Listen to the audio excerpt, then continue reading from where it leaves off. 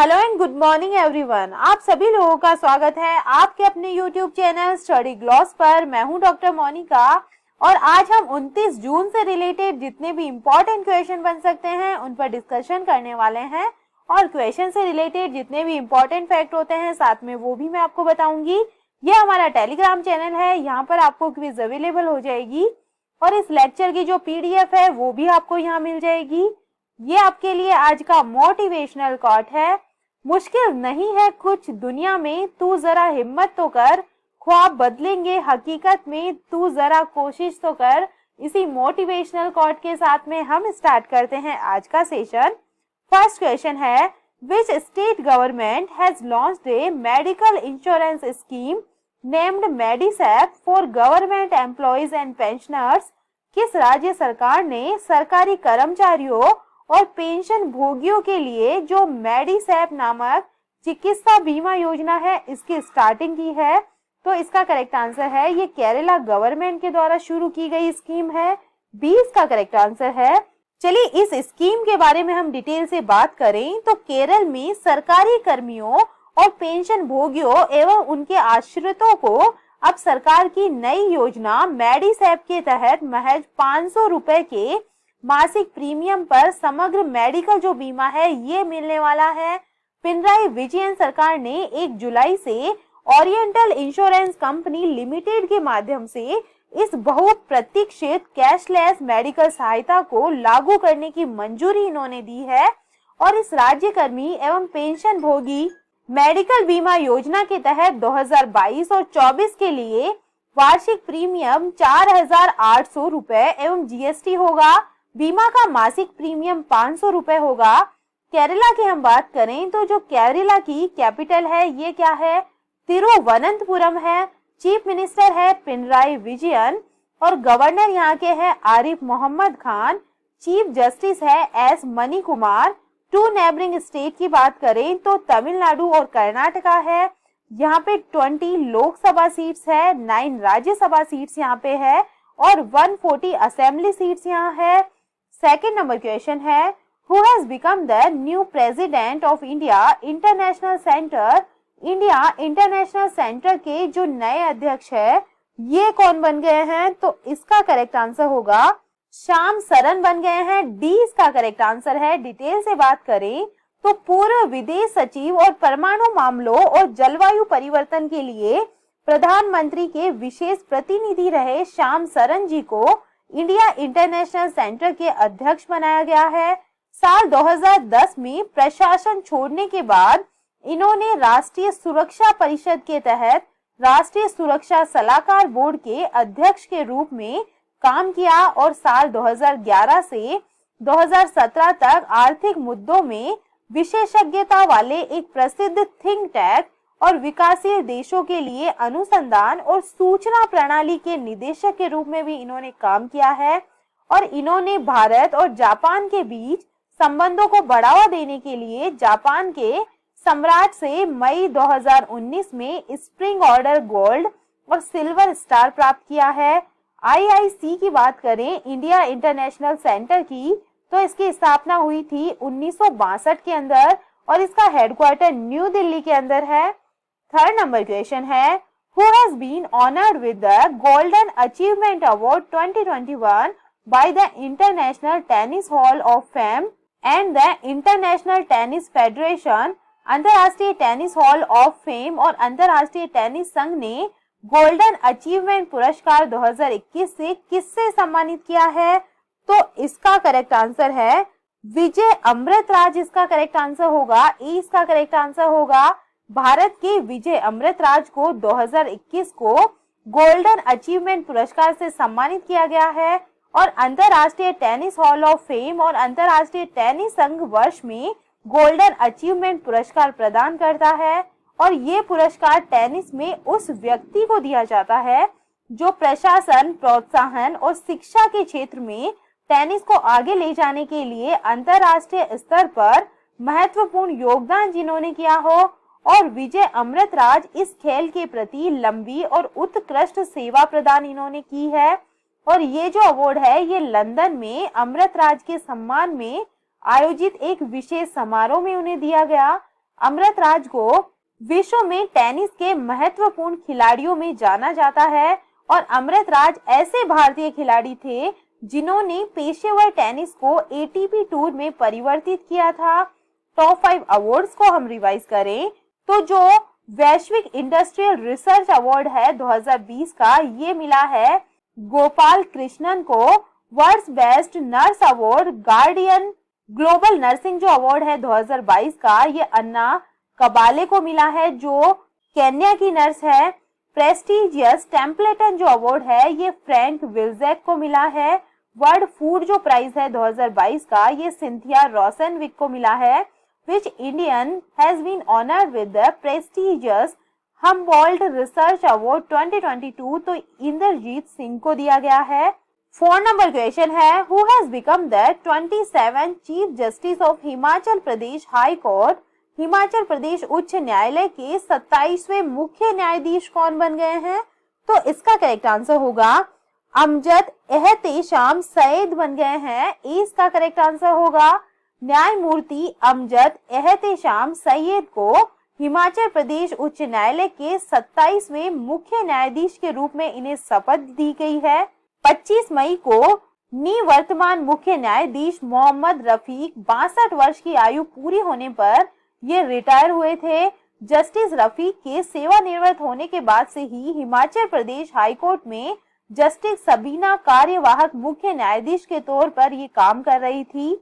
Top 5 question related to Himachal Pradesh हम बात करें, which has become the first state in India to approve the drone policy? तो ये कौन सा है? ये हिमाचल प्रदेश है ऐसा स्टेट जिसने ड्रोन पॉलिसी को अप्रूव किया है। Where will the first bamboo village of North India be built? तो ये बनने वाला है गांडावाल हिमाचल प्रदेश के अंदर। Himachal Pradesh in which district the first biodiversity park has been built? तो ये है मंडी हिमाचल प्रदेश के अंदर। Which state government has launched अपना Kangra app to promote tourism? तो ये हिमाचल प्रदेश ने लॉन्च किया है। अपना जो कांगड़ा ऐप है ये हिमाचल प्रदेश गवर्नमेंट के द्वारा लॉन्च किया गया ऐप है। Which is India's first LPG and smoke free state made in? तो ये भी कौन सा है? हिमाचल प्रदेश है। 5 नंबर क्वेश्चन है, Who has been appointed as the new chairman of BSE? BSE का नया अध्यक्ष किसे नियुक्त किया गया है? तो इसका करेक्ट आंसर होगा ये किया गया है एसएस मुंद्रा को। 20 का करेक्ट आंसर होगा। बीएसई के अनुसार दुनिया के सबसे बड़े स्टॉक एक्सचेंज का जो नेतृत्व की जिम्मेदारी है अब एक जनहित डायरेक्टर एसएस मुंद्रा के ऊपर है। श्री मुंद्रा न्यायमूर्ति विक्रमजीत सेन की जगह लेंगे और 3 साल तक सेवा देने के बाद श्री मुंद्रा ने जुलाई 2017 में भारतीय रिजर्व बैंक के डिप्टी गवर्नर के रूप में जो अपना पद है ये छोड़ दिया। इससे पहले इन्होंने जुलाई 2014 में सेवानिवृत्त होने तक बैंक ऑफ बड़ौदा में अध्यक्ष और प्रबंध निदेशक के पदों पर इन्होंने अपना काम किया है। इसके अतिरिक्त इन्होंने वित्तीय स्थिरता बोर्ड और इसकी कई समितियों में G20 फोरम के नामांकित व्यक्ति के रूप में आरबीआई का प्रतिनिधित्व इन्होंने किया है। 6 नंबर क्वेश्चन है, where is Garuda aerospace going to set up its first aerospace plant? Garuda aerospace कहां अपना पहला एरोस्पेस प्लांट स्थापित करने जा रहा है? तो ये करने जा रहा है मलेशिया के अंदर। सी इसका करेक्ट आंसर होगा। एकीकृत ड्रोन निर्माता और भारत स्थित ड्रोन एज ए सर्विस प्रदाता Garuda aerospace private limited Malaysia में उत्पादन सुविधा के निर्माण में 115 करोड़ रुपए का जो इन्वेस्टमेंट है ये करने वाला है। मलेशिया में लगभग 50 ड्रोन की दैनिक उत्पादन क्षमता के साथ एक ड्रोन निर्माण संयंत्र स्थापित करने का निर्णय लिया गया है और इसके घटकों को भारत और अन्य देशों से आयात किया जाएगा। गरुड़ एरोस्पेस प्राइवेट लिमिटेड ने मलेशियाई ड्रोन स्टार्टअप हिलसी ड्रोन के साथ में भागीदारी की है।